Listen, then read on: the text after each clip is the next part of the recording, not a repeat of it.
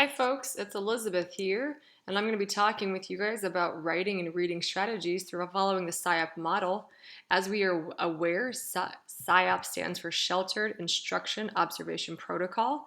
We know it's a research-based instructional model that's proven effective in helping our learners. There's 8 different components from lesson preparation, strategies, practice application to review and assessment, but today I'm going to focus on writing and reading strategies. So before I really get into the meat of the video, just a 3-point review.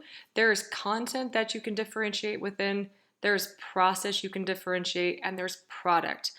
I typically find process to be the best and the easiest way to access differentiation as well as SIOP, but of course I'm going to be putting up more videos later and you can check back to decide for yourself. So jumping into what we call reading strategies that allow for content and process differentiation, I really like the text over here called summarizing text, as well as like having inferences and predictions being made by our students.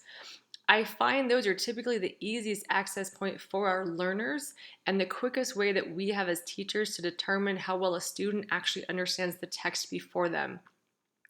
Oftentimes, I will have students take the last 10 minutes of class to do a short reading task, and then I'll give them about 3 minutes to either summarize the text, as you guys can see here, it's putting important or confusing ideas into their own words, or it's starting to sit there and make a conclusion, drawing upon the text based upon evidence.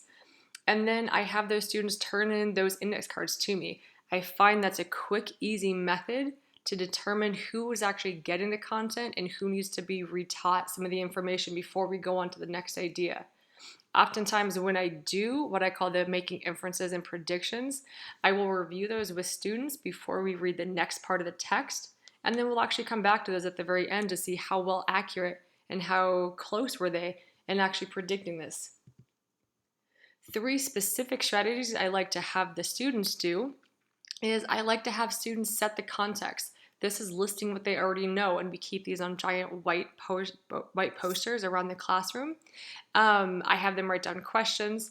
I also have students what I call add the context. In a group, they write down their content in a set period of time and they pass the paper to the left, and it really is a great actual review tool for students. I also love webbing and mapping, and again, I think it's a good way for students who are non-linear learners, oftentimes to sort out information. This is a very short video, so I understand that you guys may have questions, and if you do, you can always contact me at rodaki@gmail.com or at my blog spot, and otherwise, you have a lovely week.